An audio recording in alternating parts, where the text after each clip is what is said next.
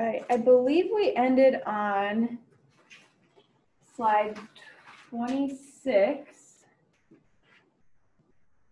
All right, so we ended talking about how things are going into and out of the cell. All right, I'm gonna do a fast forward review of what we've already talked about, just to make sure that we're all on the same page, okay?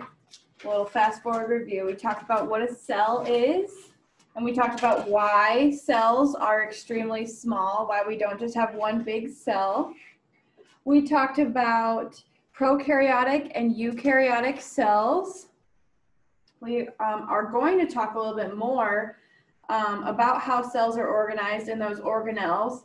We're going to talk more about that plasma membrane. We're going to talk about an enzyme which lowers the activation energy of the reaction in order to have a faster result, and we'll talk about that in a metabolic reaction. And we're going to talk about cellular respiration. Okay, we already talked about that cell theory. Just remember that cells are that basic unit of life. They are made up of all living things. So you and plant cells all are made up of cells. The rock that's sitting in the landscaping outside is not a living thing. It's not made up of cells, okay? And that new cells come from pre-existing cells, okay? All of us at one point were a fertilized egg and sperm cell, okay? Those cells were from the biological parents that you have, and those parents had biological parents and vice versa. All about the science here. We talked about why we have a lot of small cells. We talked about the efficiency of getting nutrients into and out of the cell. We talked about having a bigger surface area to volume ratio, and how having more surface area in the same amount of volume is more efficient. But we also talked about kind of that give and take, right? Having too many butts in the kitchen on Thanksgiving, right? That's what my family calls it, too many butts in the kitchen. You don't want so many little cells that it's not efficient enough, and you don't want not enough that it's not efficient enough. So there's that kind of middle ground where there's a limit to how large it can be and a limit to how small it can be to be the most effective and metabolically active. And what metabolically active means is essentially our cells want to intake nutrients, produce energy, and survive. That's literally all our cells want to do. So metabolically, meaning how can I break down and produce energy in order to survive? Here's a little bit of that demonstration on all three of those cubes at the top. They take up the same amount of space, right? They all take up the same amount of volume, but by breaking them into small pieces, now there's more surface area because each one of those small cubes has more surface area than the surface area of that big cube. Okay, so that you can also figure that out through math. So when you do the surface area to volume ratio, the biggest number has the biggest surface area to volume ratio. You can see on the bottom right of this slide that 6 to 1 is bigger than 1.5 to 1. If you take 6 divided by 1, it's 6. If you take 1.5 divided by 1, it's 1.5. So the bigger number, the bigger surface area to volume ratio is going to be the most effective. We talked a little bit about microscopes. Specifically, there's 3 types of microscopes that we talked about. The first one being the compound light microscope, the next one being the transmission electron microscope, and then the scanning electron microscope. Each of them increase in their magnification and also in their, I would say, detail of their image. So the one on the left, this is a light micrograph. You can look at live specimens with it. You'll be able to see things move across the screen if you really want to. It's not as zoomed in, not as magnified, right? You're on your iPhone, you're gonna zoom in on that picture. The light micrograph is on that picture right there is 250 times the correct size or the real life size of that item, okay? The next one you can see is 10,000 times the size of the original item. You can see just one big red blood cell, and it is a 2D image. And then last, that scanning electron micrograph on the end, you get a 3D image. You can see the surface, you can see some detail, you can see some contrast, okay? All of these are important. right? The first one's important because we get a general sense of what we're looking at. You can look at live specimens, okay, and that's pretty important. And we do get an idea of some red blood cells and some blood vessels in that picture. The middle one is important because we can zoom in a lot further than we can in a light microscope, okay? But the scanning electron micrograph, while it can, you know, have a total magnification that's very similar to the transmission electron, it's more about that detailed image. We want to see what it looks like in real time, in real space. Okay, we talked about prokaryotic and eukaryotic cells. Prokaryotic are known to be more simple, okay? These are thought to be the first cells to evolve. These are your simple organisms such as bacteria and archaea, okay? They lack a nucleus. They do have a cytoplasm and they do have DNA. They just don't have a nucleus. All right, the nucleus is important because it can protect the DNA. All right, it also helps with some of the functions. The eukaryotic cells are what we have. They're complex cells. They have lots of organelles, membrane-bound organelles, which is important. It allows some chemicals in and out, right? That membrane, it provides protection and it kind of works as like a security system. They have a nucleus that houses DNA. But like I said, some things that they have in common, they have DNA. Both bacteria and you have DNA. Between you and bacteria, you both have cytoplasm, which is that kind of fluid-like substance in the middle of the cell. You also have a plasma membrane. That's around the outside of the cell. Okay, it kind of works as like a security system and some protection. All right, this is that fast forward review session. What do eukaryotic cells look like? This is a picture of an animal cell. Remember the two reasons why I know it's an animal cell? Our book draws the pictures in green if it's a plant cell. Thank you very much. But also a plant cell has a rigid cell wall around the outside, like the Great Wall of China, right? Rigid cell wall. Okay, this one is an animal cell. We also know it's a eukaryotic cell because we see that big dome-like structure in the middle. That's a nucleus. It's that big purple thing in the middle. It kind of looks like a planet. Okay, around that nucleus, we have a nuclear envelope. That's kind of like the envelope that you would use at the post office to send a letter. It protects your important information so that when the post office person accidentally drops it in the snow, your letter's still fine, right? It can still get transported to where it needs to go. Some other things you should notice about this picture is the mitochondria. Those are those liver, kind of lima bean looking things right here. Okay, we talked about the mitochondria being the powerhouse of the cell. It has DNA. There's DNA in your mitochondria, and it also produces ATP. It produces energy, which is really important because a lot of cellular processes need energy. It's the reason why we eat food every single day and why we sleep. Okay, it provides us with energy. Okay, the cytoskeleton is up there. It is kind of like those reddish kind of dashed lines. You may be able to see it in that image, but it's a lot better if you could look at it on your own laptop or later. If you print it out, the cytoskeleton provides structure and protection. Okay, you have centrioles, which are short cylinders of microtubules. These are also providing protection and structure. You have ribosomes, which help us in the production of proteins. Those are those little kind of yellow-like dots around the outside. You have a rough endoplasmic reticulum and a smooth endoplasmic reticulum.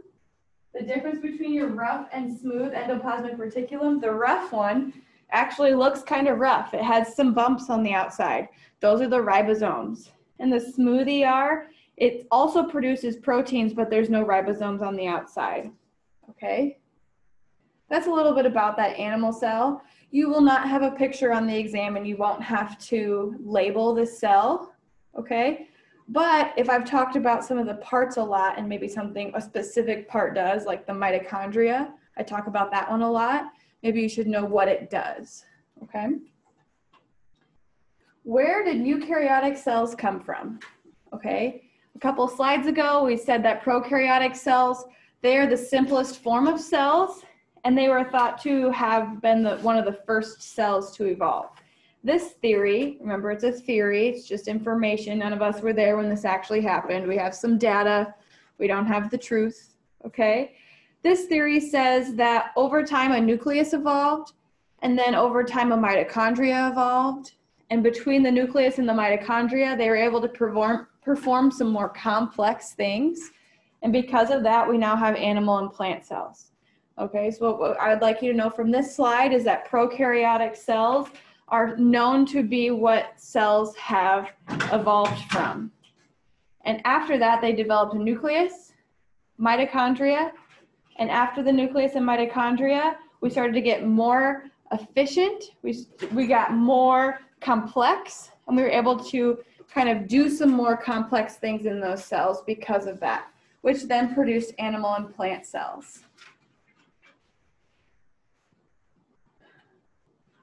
We talked a lot about the plasma membrane on Friday. The plasma membrane is made up of that phospholipid bilayer. That word kind of gives it away. It's a bilayer, meaning two layers. It has a phospho head and little lipid tails. All right, there's a picture on the next slide. So if you don't remember that image, look on the next slide here in a second. It's embedded with proteins that move in the space. It contains cholesterol for support. It also contains carbohydrates and proteins and lipids, and it's selectively permeable. Having a selectively permeable membrane, it means that it's like a bouncer at a club. It's allowing Kim Kardashian in, and it's not gonna allow me to get in, right? Because I'm not that cool. All right, it's a selectively permeable membrane. Some molecules are allowed to cross it, but not all molecules are. And that depends on the polarity, okay? And we talked a little bit about that on Friday. Here's that picture of that phospholipid bilayer. Here's the two layers, 1 and 2. These are those phospho heads and those fatty acid tails that face inward of each other, okay? This is the inside of the cell in here, it says inside, and this is the outside of the cell. Another name for the outside of the cell is the extracellular matrix, or the ECM, okay? Extracellular matrix. Although it's very, very small and hard to think about, we have lots of cells, and if they all have plasma membranes, yeah, they're working together like this, but there actually is space between them.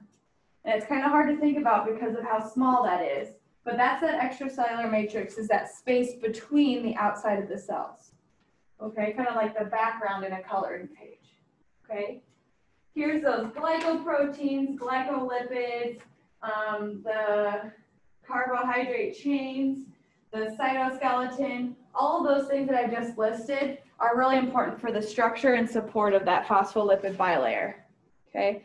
We want it to be somewhat fluid because it's a cell, it's moving around most of the time, but you also want it to have some structure and support because we've got a lot of important things in there, right? Like your DNA that codes for proteins. Moving along, we talked a little bit more about what that selectively permeable membrane means, okay? That yellow kind of cream color right here, this is the inside of the cell. This is the outside, or the extracellular matrix. Here's that phospholipid bilayer, and here's some proteins. Those proteins act like chambers or bridges, kind of, between the inside and the outside of the cell. As you can see, we can freely move water through a protein called aquaporin. Charged molecules and ions, they get repelled away. Think of like two same ends of a magnet. When you do this to them, they kind of repel each other. That's essentially what's happening here. Non-charged molecules can go into and out of the cell. Macromolecules, usually because they're pretty big, they can't get into the cell, but we know that through exocytosis and endocytosis, there's ways in which to do that. All right, phospholipid bilayer, selectively permeable membrane. Those are the things that can get into and out of the cell. Essentially the 5, unless you count the last bullet point as 2, the 5/6 ways that things can get into and out of the cell are diffusion, moving from a high to a low concentration where no energy is needed. Osmosis is diffusion of water molecules. Facilitated transport It's going from a high to a low concentration, but we have something to help facilitate it along, right? If you're the building facilitator, right? Active transport, we're going against that concentration gradient. We're going from low to high. So it's kind of like walking in the W, you guys have that like the little pool that kind of spins around. It's like walking in the opposite direction of where that's going. I'm going to have to use some energy, right? Going against that protein or that concentration gradient, you're going to need some energy. That's called active transport. Think of it like being active outside. You're going to need some energy. And then we have endocytosis and exocytosis. Both of those are how we get bigger molecules into the cell. They're a little bit more rare.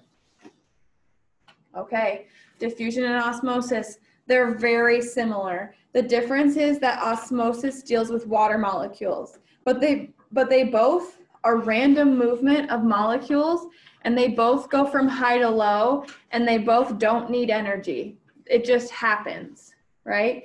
That's so science for me to say, right? It just happens. That's just what happens. It's the random movement of molecules from high concentration to low concentration. It wants to even it out. Osmosis is the same thing. Diffusion, this is diffusion. Insert this definition here of water molecules, right? It does the same thing, but it only uses water molecules. Here's that picture where you can see the initial conditions. The one on the left has less molecules than the one on the right. And that equilibrium, the word equilibrium meaning equal, at equal conditions, you can see that there's equal amounts of particles and water molecules on either side. We took a little detour and talked about tenacity. And tenacity is whether or not there's just the right amount, too much or too little water on the inside of a cell. All right, I feel like the three bears. This is too small. This is not enough. This is just right, okay? Isotonic means that there's equal parts of solute and on the inside and the outside of the cell. So those cells that are just chilling in that solution over there, they're normal. They're doing their thing. They have the exact same amount on the inside of the outside. There's no movement. They're in equilibrium. We then talked about hypotonic, like hippopotamus, right? I think of this one as like a grape, okay? This grape, you're gonna push some more water into that grape, and it might even lead to bursting or lysis. That means that the cell would burst. Or it's like a water balloon that you put too much water in. Okay, I've done that before. So what this is saying is that there's not enough water on the inside of the cell than there is on the outside, and the water moves into the cell, and there's too much water on the inside that it's like over capacity, like too many people in a hotel, and then it bursts. Okay.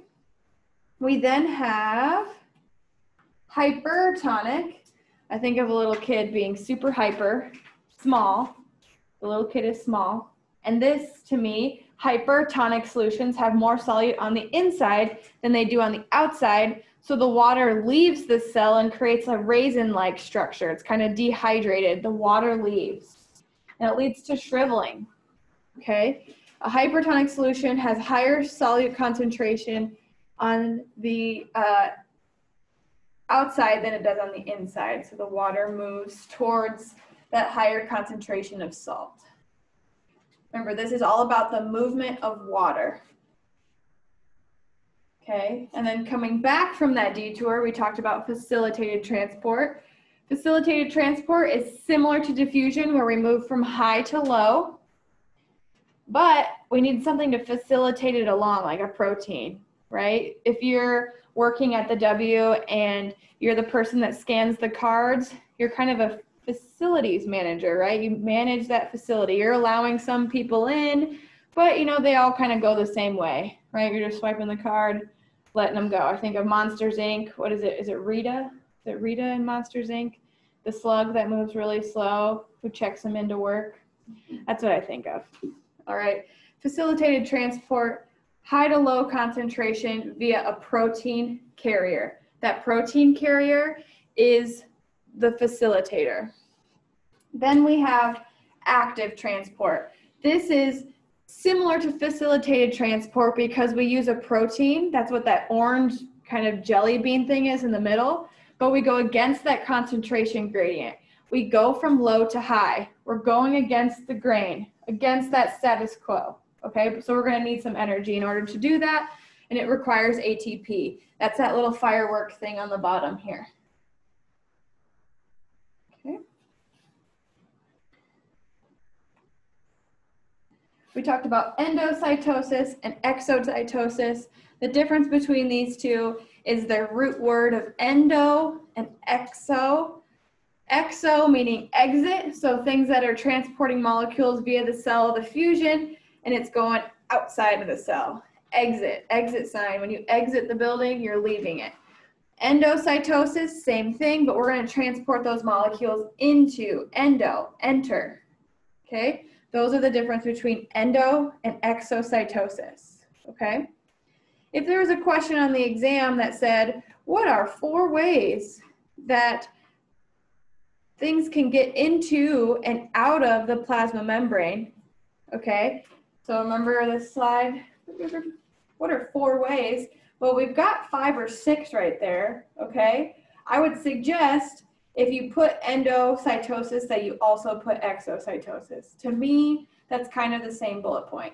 Or just put the first 4, diffusion, osmosis, facilitated transport, active transport, right? They're kind of the opposites of each other and also similar. Okay, so that's all that we went through on Friday.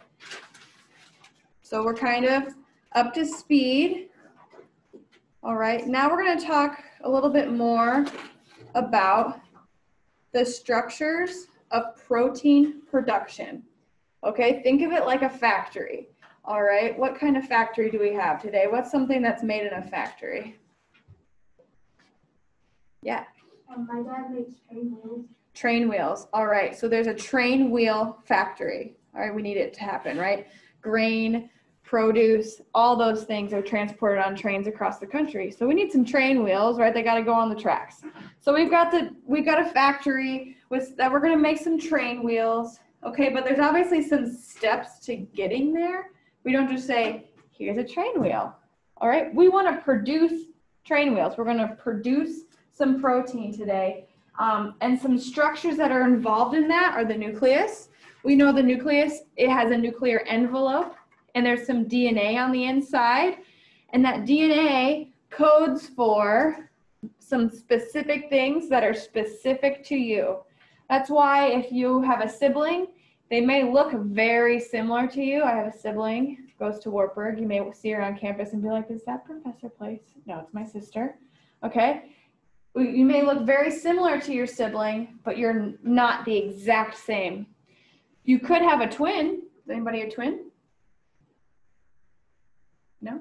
Triplet? I mean, I guess I should include all of it. I don't need to keep going up, right? I guess if you're not a twin.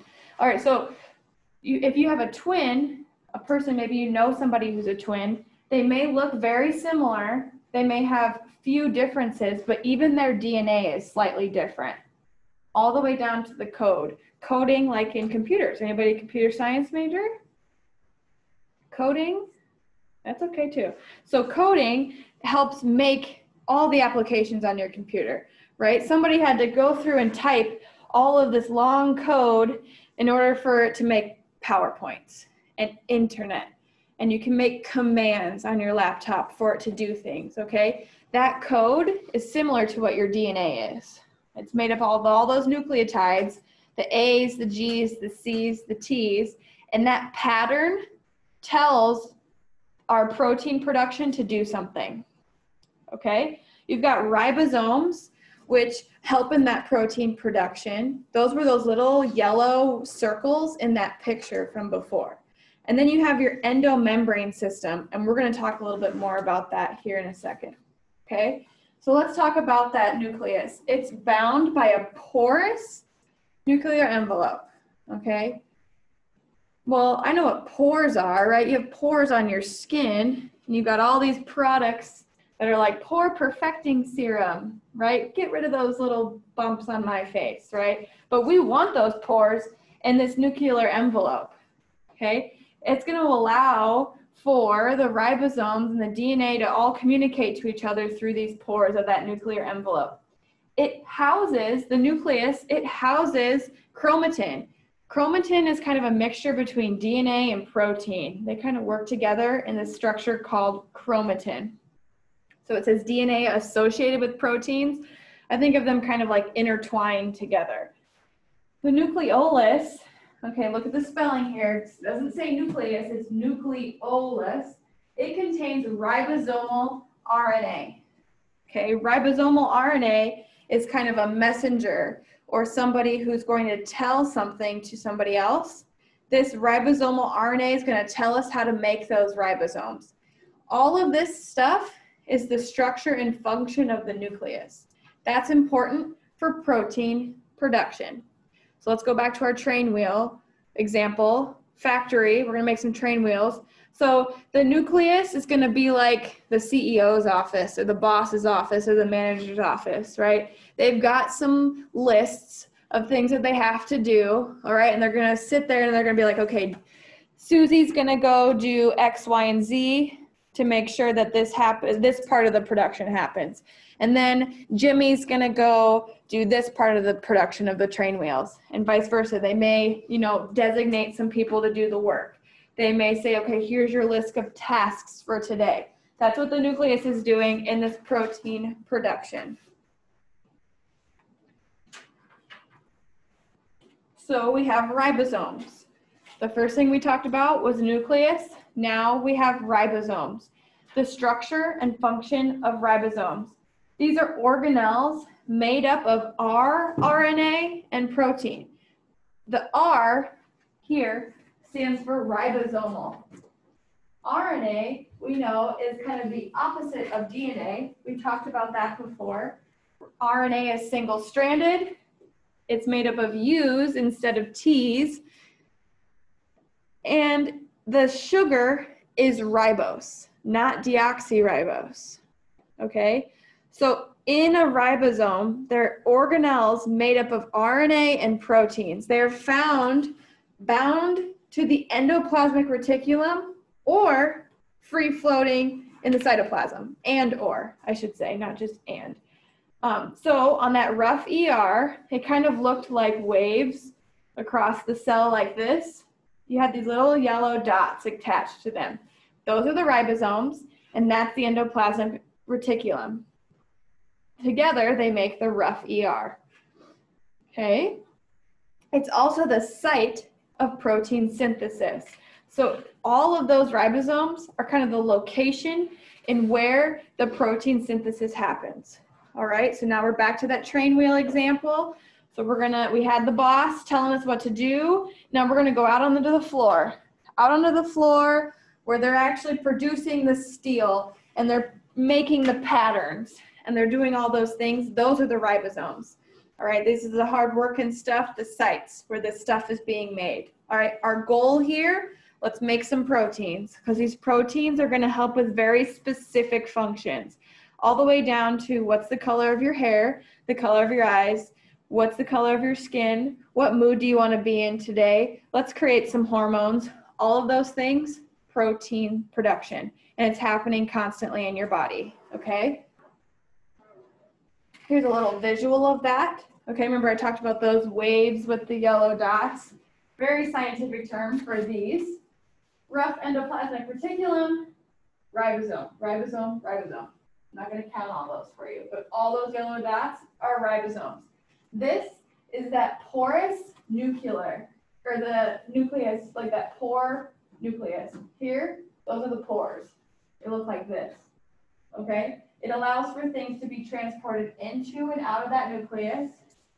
All right, here's a little visualization of what that rough endoplasmic reticulum looks like and the smooth endoplasmic reticulum. You can see that there's more kind of ribosomes and bumps on the rough ER, which is a pretty helpful kind of term for that. Rough ER, I picture like sandpaper kind of when I think of something that's rough. Well, it's rough because there's ribosomes on the outside, okay? That's the difference between the smooth and the rough ER, and a little visualization of kind of where we're at right now. Okay, so we talked about the nucleus, we talked about the ribosomes, so let's talk about this word called the endomembrane system. Okay, this is a series of membranes in which molecules are transported to the cell.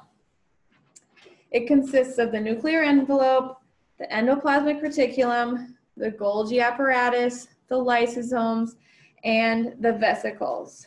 Okay, this is important because we want to produce the proteins, and by producing proteins, we need a lot of steps. We need to be able to go through all these steps to produce those proteins. So we're back to the train wheel example. We were at the ribosomes. We have some sort of code, an idea of what we're doing. We're producing some things. Now we need to kind of distribute. We need to kind of get this stuff out. We want to transport it into and out of the cell. All right, so let's see that a little bit as a visualization. We kind of start here in that nucleus where there's DNA. And in this DNA, it codes for something. It's a message. The boss is telling us what to do. Okay, then we go out onto the floor and we've got these ribosomes. The rough endoplasmic reticulum synthesizes the proteins and packages them in the vesicles. So this is where we're creating those train wheels. We're, pounding the steel, making the patterns, all of those things, okay? The smooth endoplasmic reticulum, it synthesizes lipids, and it also has various other functions, but something that those lipids and carbohydrates can help with is the energy and the transport of that, all right? So I think of this, the smooth endoplasmic reticulum, as like the people at work that maybe aren't, building the train wheels, but maybe there's a secretary who's answering the phones. Maybe there's a lunch person in there who creates the food. You know what I mean? They're still a part of the industry. They're very important, but they're not making the train wheels. Okay? So it provides a transport vesicle that takes the lipids to the Golgi apparatus. All right, here's our Golgi apparatus. What a great word, right? I wonder who created that. It modifies the lipids and proteins, because we got some lipids, we got some proteins from the ER, sorts and packages them in vesicles.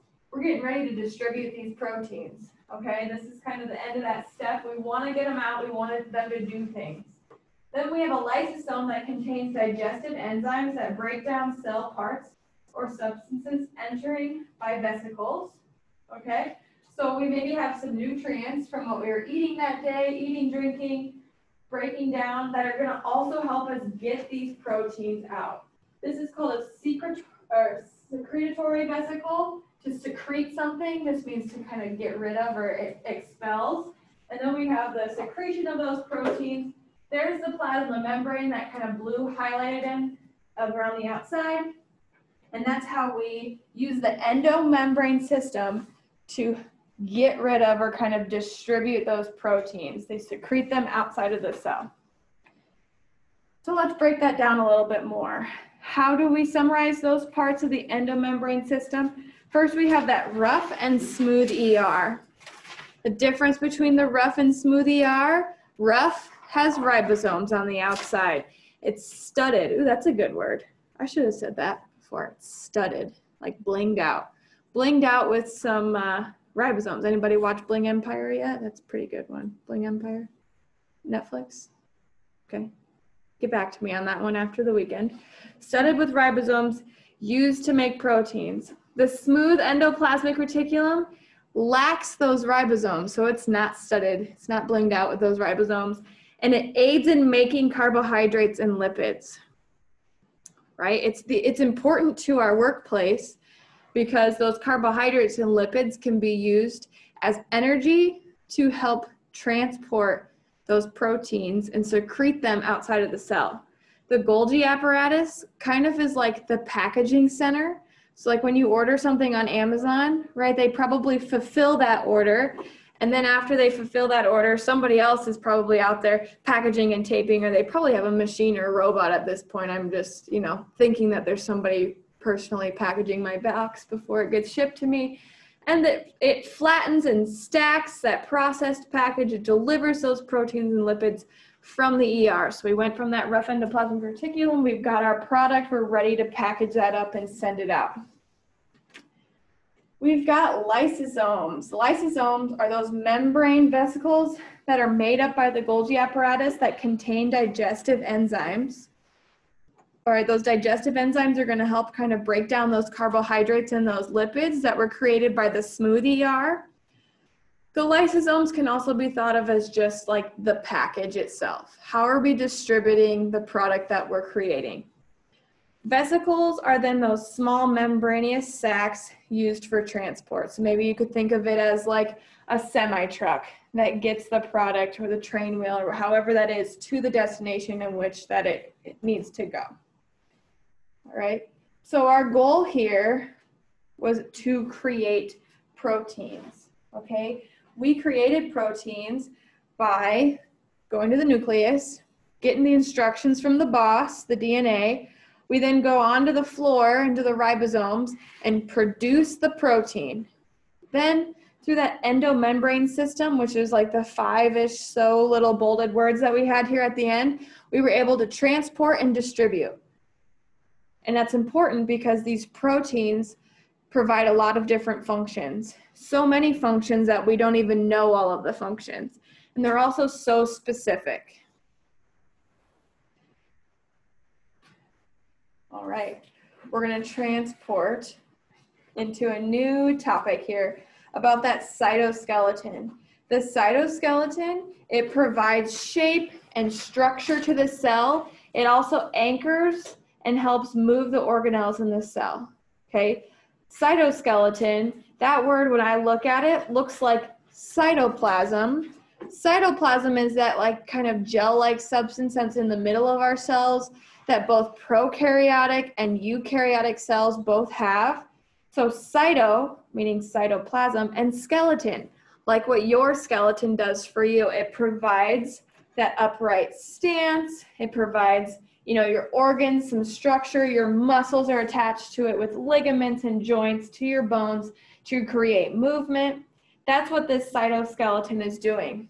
In the cytoskeleton, there's things called microtubules. There's also something called thin actin filaments and medium-sized intermediate filaments. All these words, when I see the word filament, when I see the word microtubule, yes, they're bolded in red, but my brain immediately goes to these thread-like substances, kind of like a spider web, that are going to provide some structure, some support, some shape, some anchors, something to help move those organelles along. All of those can be made up of cilia and flagella, okay? Cilia and flagella are some cool words to say, so when you're studying by yourself, just say it out loud sometime. It's kind of fun. They're both made of microtubules. The word microtubules, I think of tubes. The word micro means small, so they're small tubes, all right? And they are both used in movement. You have cilia on the inside of your stomach. There's flagella on the end of a sperm cell that allows it to move, okay? Cilia and flagella are used for movement. Cilia with this on the inside of your stomach helps move the food along. They're little like hair-like substances. You can't see them, but they kind of look like, I don't know, when I would go snorkeling for my my senior capstone class in Belize when I studied abroad, there were these things in the ocean. I'm not going to remember what they were called right now, but I can look it up. They kind of move with the water, but they have some structure to them. So it's kind of like a grass-like substance, all right? It says cilia are 20 times shorter than flagella. That's just a way to remember the difference between the two. But they are used for movement and structure, and they're important in like your stomach and on the end of sperm cells. Okay. There's a word here called cell junctions, and we talked about the extracellular matrix, okay? So if I have two cells, let's just say that they're animal cells. Oh, you know what? We have millions and hundreds of millions of cells. All right, there's lots and lots of cells. I can't count them all in one day, okay? They're very, very small, okay?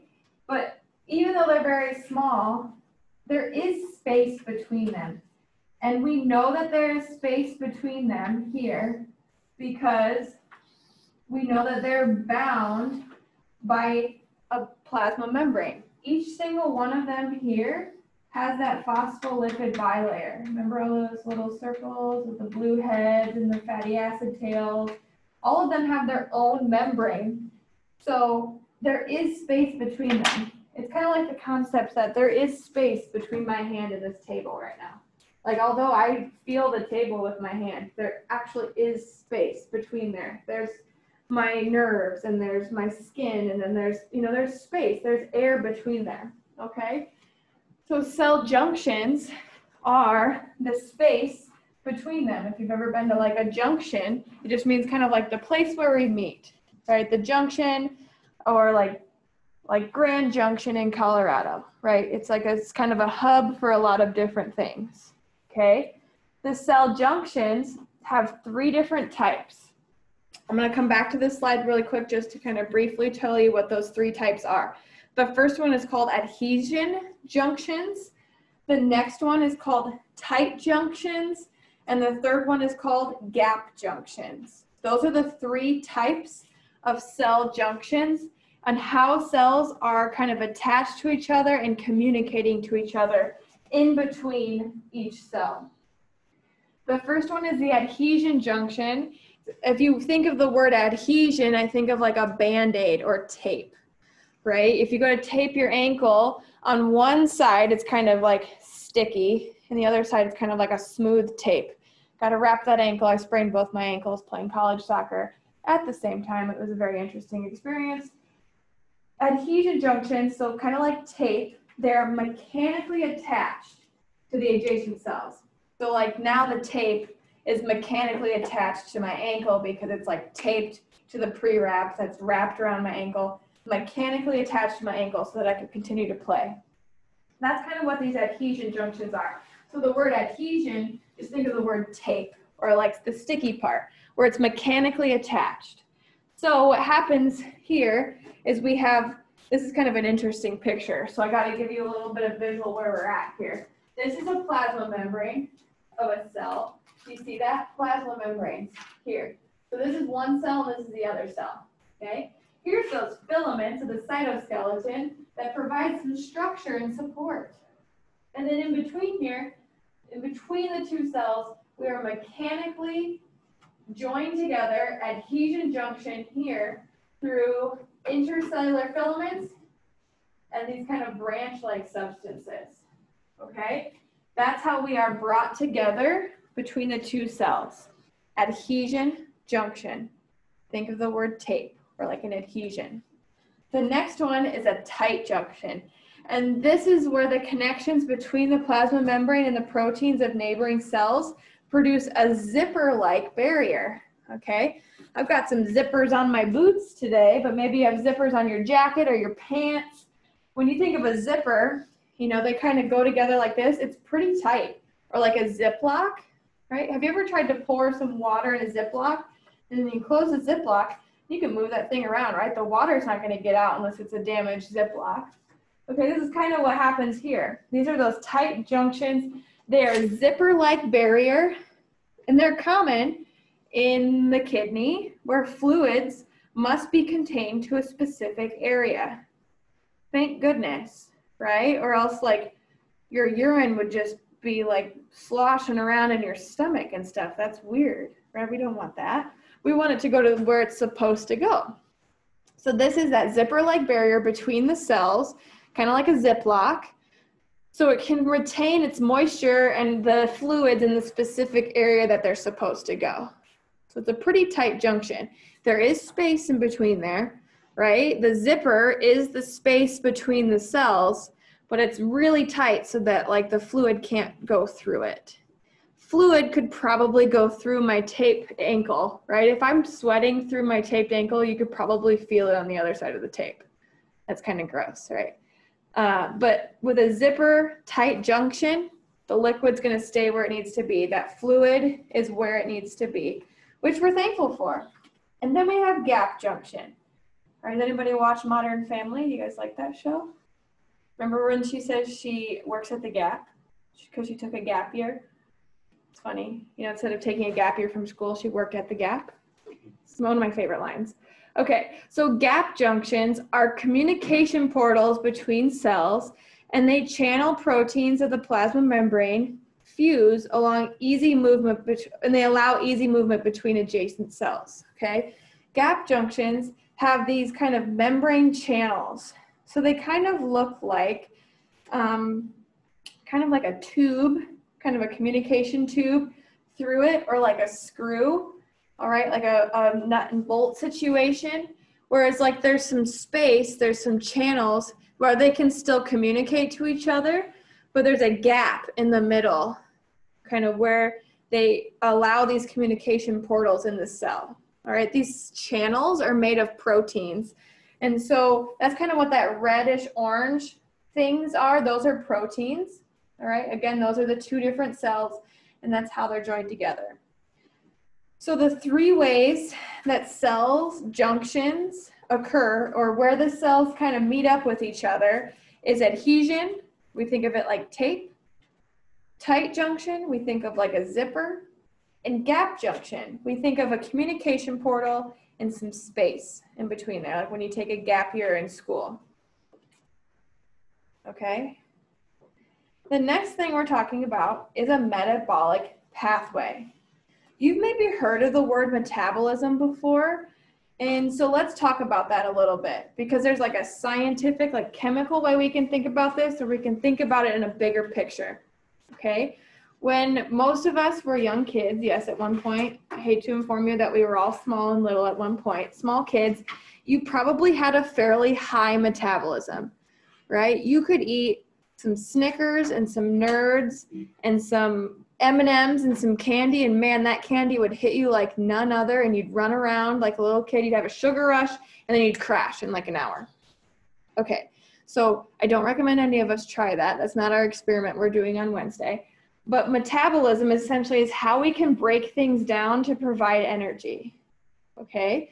Most people and adults start to kind of worry about their metabolism sometimes.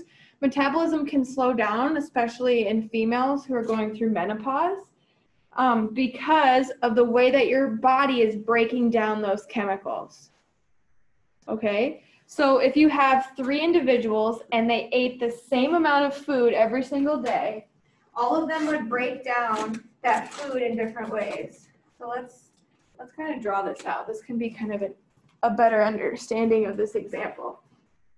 Okay? Let's just have 3 people, okay? I'm not worried about their age or gender at this point, okay? We just got 3 people. And for the next 10 days, these people are going to eat and drink at the exact same times and at the exact same type of food. Every single person would break down that food differently. And some of those factors that can be because of that are genetics, right? People are built in different ways. And we talked about that because of the DNA that we have that creates the proteins, that creates the function. So the one thing that can affect your metabolism is your DNA or your genetics. Okay, so maybe we were worried about these people losing weight, all right? That matters, but also we're gonna say their biological gender, or essentially the chemicals that make up whether they have certain parts in their bodies, okay? We also have age. All right, I just said how like when you were a little kid, you can kind of like metabolize food really quick. You're gonna have some like chicken nuggets, and then you're gonna go have some Chuck E. Cheese pizza, and then you're gonna go have this, and it's gonna break down pretty fast. All right, and then if you're a little bit older, you metabolize things somewhat slower. Also think of like a teenager versus maybe, well, some of you may be a teenager still, but a teenager versus somebody who's middle-aged. I think of like a teenage boy who's maybe on the football or basketball team or something, and they you know, are eating a ton of food because they're burning a lot of energy at practice. Things like that, okay? So your DNA or your genetics, your biological gender, your age, and there's other things that can affect your metabolism, such as your activity level, things like that, okay? Remember, metabolism is just how we break down those same materials. Our body's main goal is to intake nutrients to provide energy to survive. That is it, right? Man, don't we make life a little bit more complicated than that, right? But that's our body's main goal. It just wants to have some nutrients and rest and then kind of use that energy to do some processes in our body. Okay, so let's talk about it on a chemical level. So metabolism are chemical reactions that occur in a cell. So inside the cell, we are breaking down the nutrients that we eat in our bodies that allow us to have energy to do certain functions. The little kind of simplest form of that function that we really need is to create proteins. When we create those proteins, those provide other functions, such as allowing my muscles to move me across the classroom, okay? That's the energy. So we have things called products and reactants, okay? I'd like to draw this on the board as well. So we have all these letters and all these numbers up on the board. So what do those mean? So we go through A to G. Mind if I move this?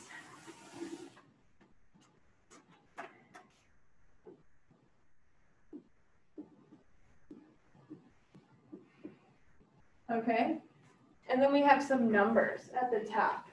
What do we go to? 6. And we have some arrows. And you know what? This probably doesn't make any sense to you when I just draw something like this.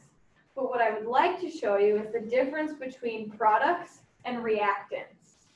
Okay? We react with something to make something.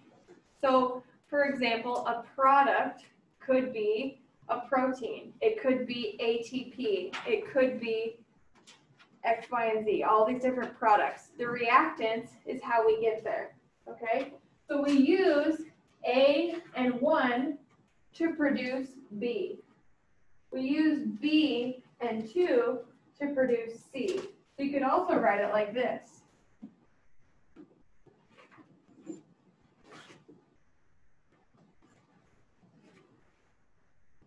We use the reactants. What are we reacting with to make a product? We then use B and 2 to produce C, and so on. B and 2 are also a reactant to produce C and 3, etc., as you move down. That's a metabolic pathway. We're using something that we kind of created a reaction with, then we have a product, and with that product, we can react it with something to make something. Our goal is to produce energy, okay? And this is the breakdown of chemicals to produce that energy. Metabolic pathway, products versus reactants. All right, so now that we're talking about chemical reactions, let's talk about enzymes. All right, this is kind of a big slide. There's a lot of information on this slide, so let's break it down. So enzymes are important for cellular respiration. Enzymes are mainly proteins, and they are often named for the molecules that they work on, such as DNA polymerase. DNA polymerase works on breaking down a certain part of the DNA. The word ACE, or ASE, at the end, can kind of attribute to what a certain type of enzyme is, but you guys don't need to know the certain types of enzymes. The enzyme's main goal is to use work on the specific substrate that they are on. They have active sites that it binds to. They are not used up in a reaction and can be recycled. They lower the amount of activation energy And some enzymes are aided by non-protein molecules called coenzymes. All right, let's talk about this.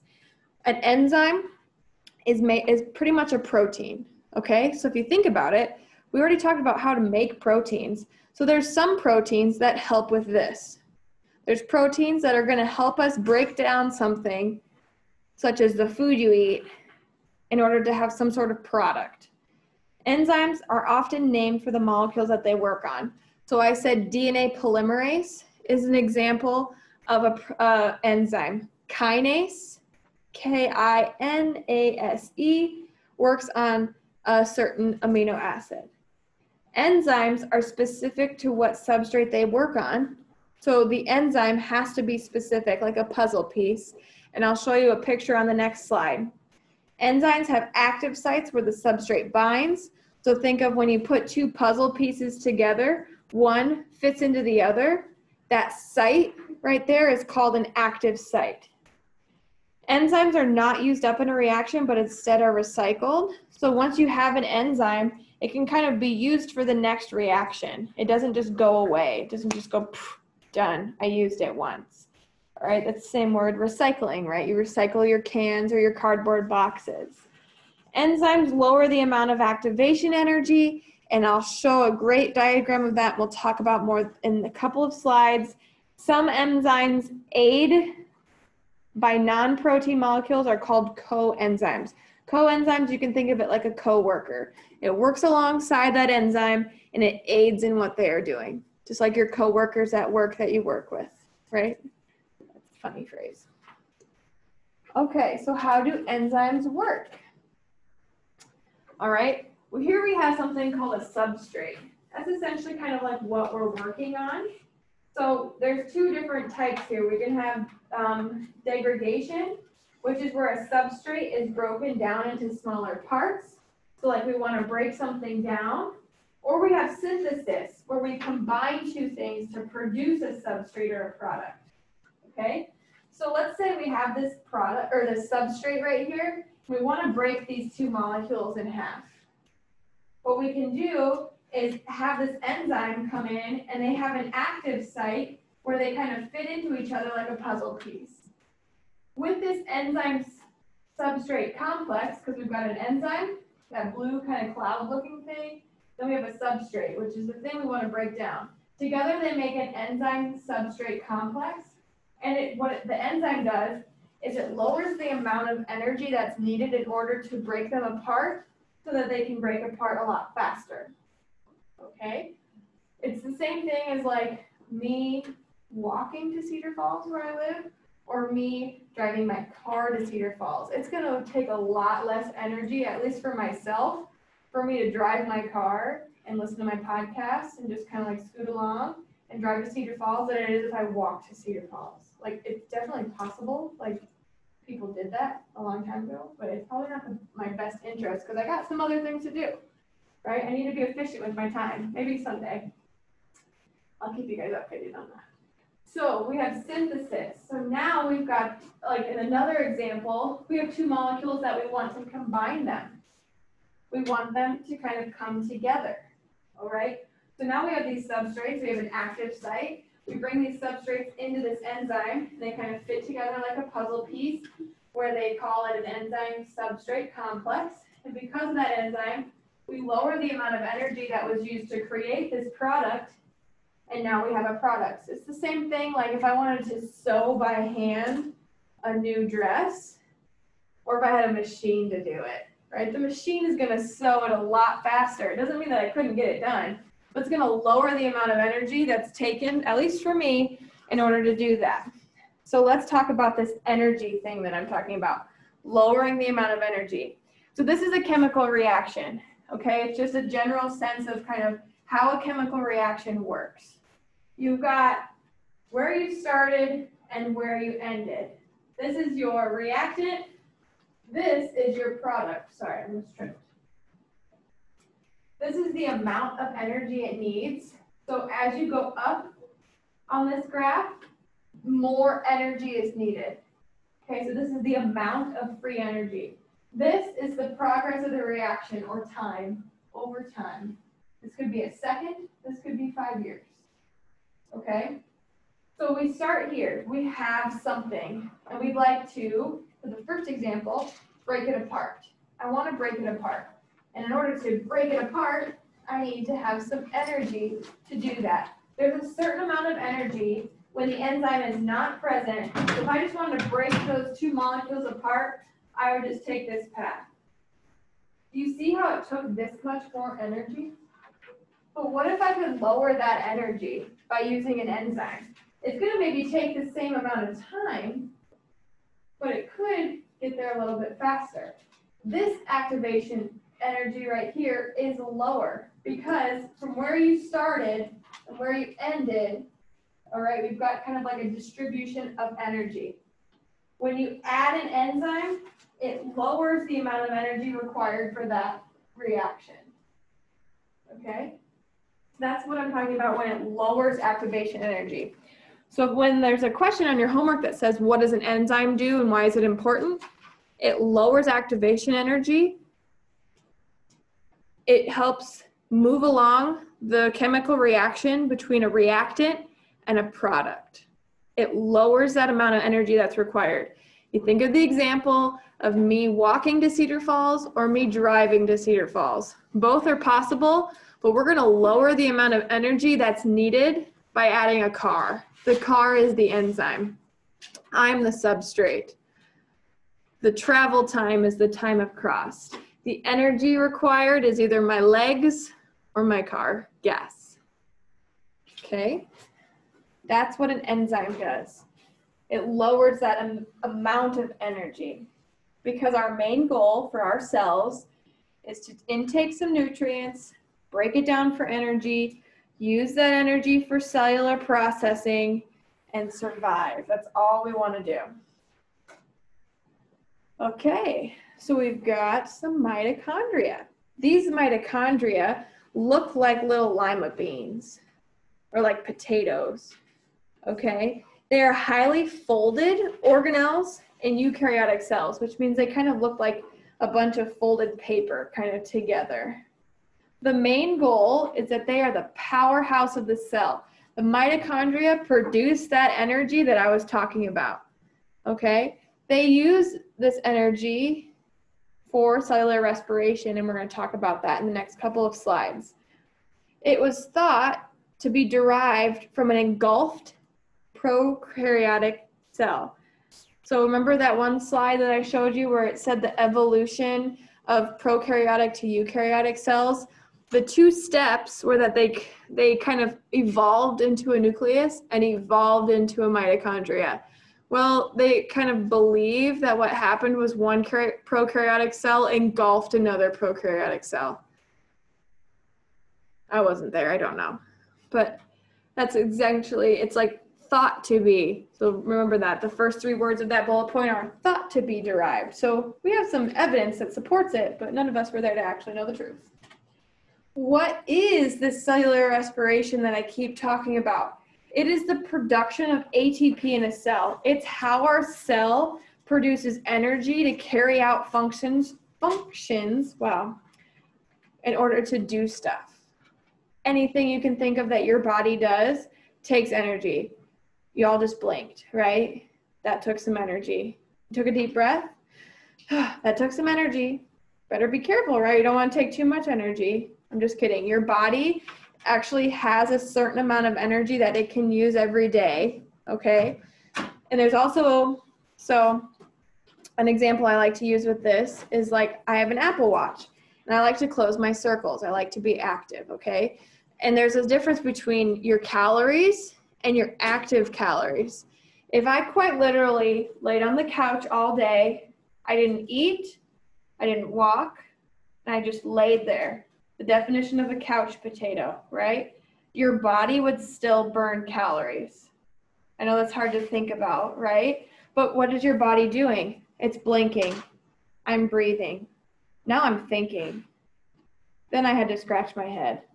All of that took energy, which essentially burns calories. Those are just like your resting metabolic, like heart rate, your resting metabolic energy output, okay?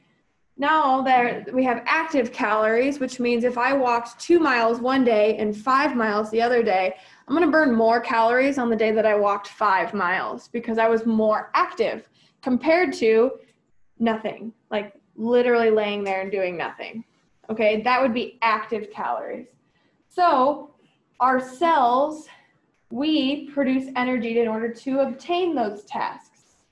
All of the tasks, from breathing to walking to blinking to moving your fingers to texting, right? All of those things require energy. Our cells are going to produce that energy. The energy we produce is called ATP. We then have things called, there's 3 parts to cellular respiration. I guess I should say it this way. First step is glycolysis. The next is citric acid cycle, and the third is the electron transport chain. When I show you a picture of it on the next slide, we'll get into depth of those things, okay? So what is cellular respiration? It's producing ATP.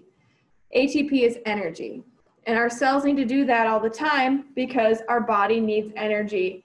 Whether we're a couch potato or a professional athlete, the amount of energy may be different, but energy is still needing to be used.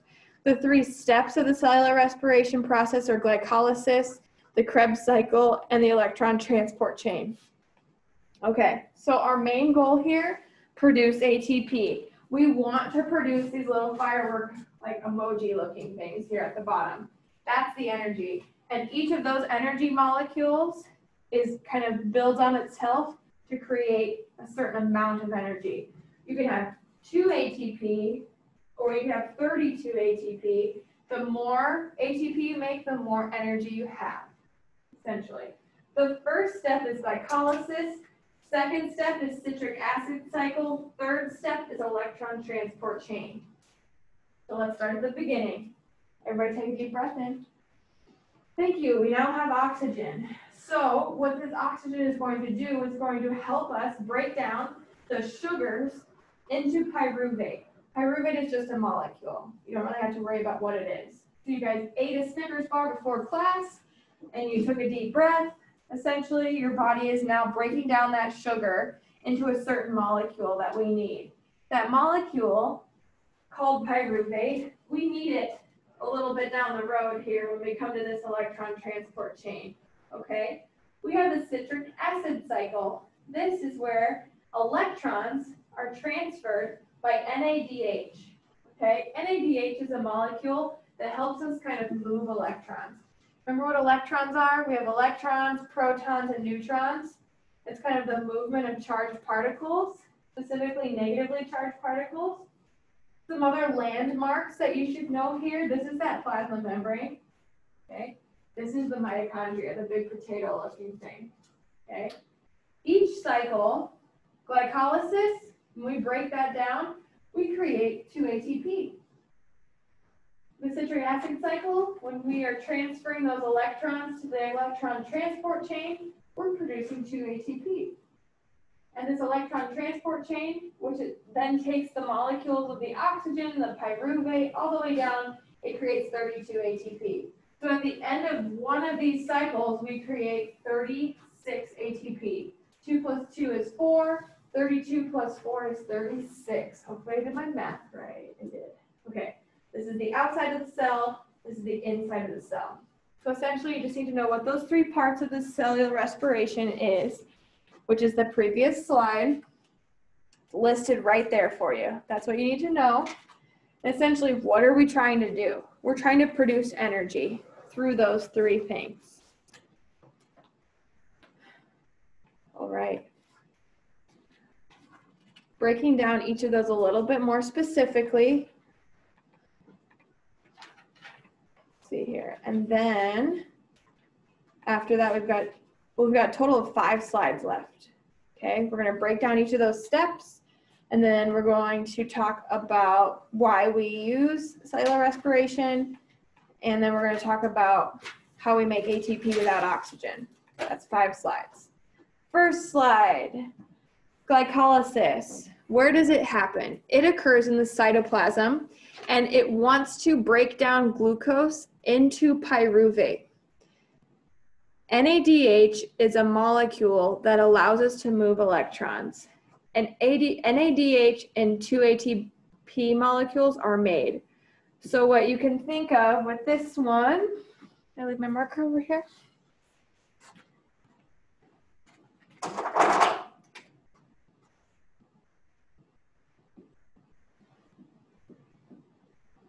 hope I spelled that right. Glycolysis, yes. Okay, so we take glucose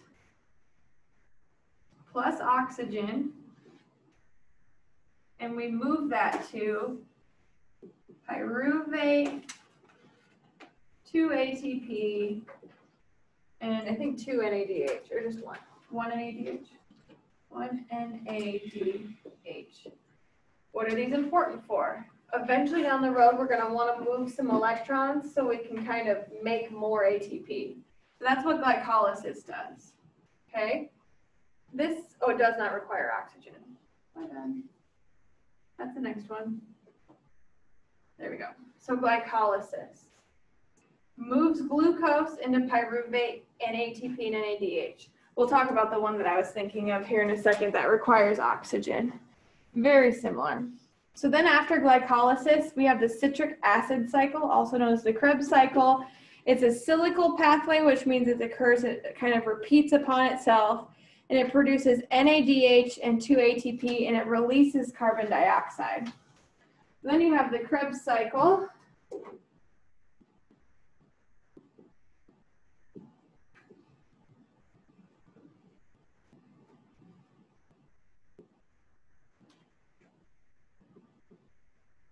I'm most likely sure that a guy named, like last name Krebs, or a person with the last name Krebs, created this cycle.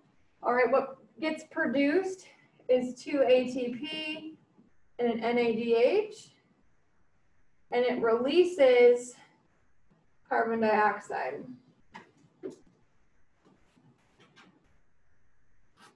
And then we have the electron transport chain. ETC, did it move? Yeah, okay. Hopefully you guys can see this. If not, you can take a picture of it afterwards. Electron transport chain. All right, it's a series of molecules embedded in the mitochondria. It uses this NADH and this one right here to help move along this energy, okay? It's the steps made from 1 and 2 to help carry those electrons. Just checking to make sure I know.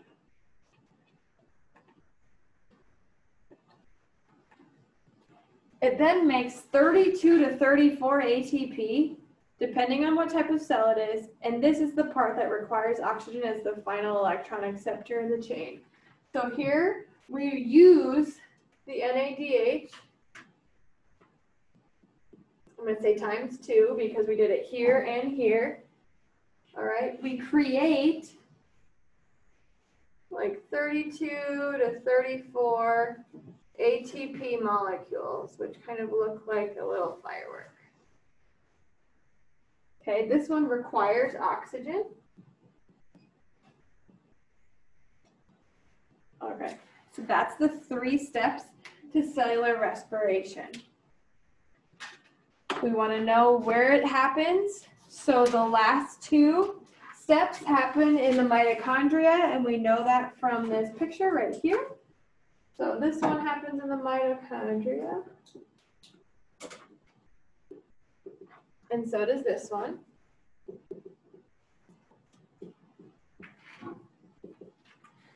All right. And then this one happens in the cytoplasm, which you can kind of see in that slide where that green box is.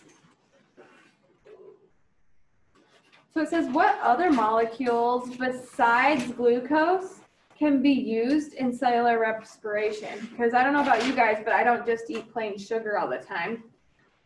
I eat some carbs and some proteins and some fats. All of these molecules can be used in cellular respiration at this step right here. So we could also use carbohydrates, lipids, and proteins. And if you can imagine, these molecules, they don't create pyruvate, they would create something else. Okay, it just depends on how complex it is, and we're not going to really get into that. So then, how can a cell make ATP without oxygen? All right, so this is kind of an interesting process. We only talk about it for one slide. This occurs in the cytoplasm, but it does not require oxygen. It involves glycolysis and makes 2 ATP and lactate in human cells. Has anybody ever, maybe done a workout and then you get kind of sore from that workout? What do they say that soreness is kind of from? There's a big hint on the front of. Yeah, and then have you ever heard of the word lactic acid? Yeah, right there. So like if I ever had like a really hard workout, they tell you to like put your like heels up on the wall and kind of drain that lactic acid out. I don't know if it actually works, but it essentially moves things around a little bit, reduces swelling.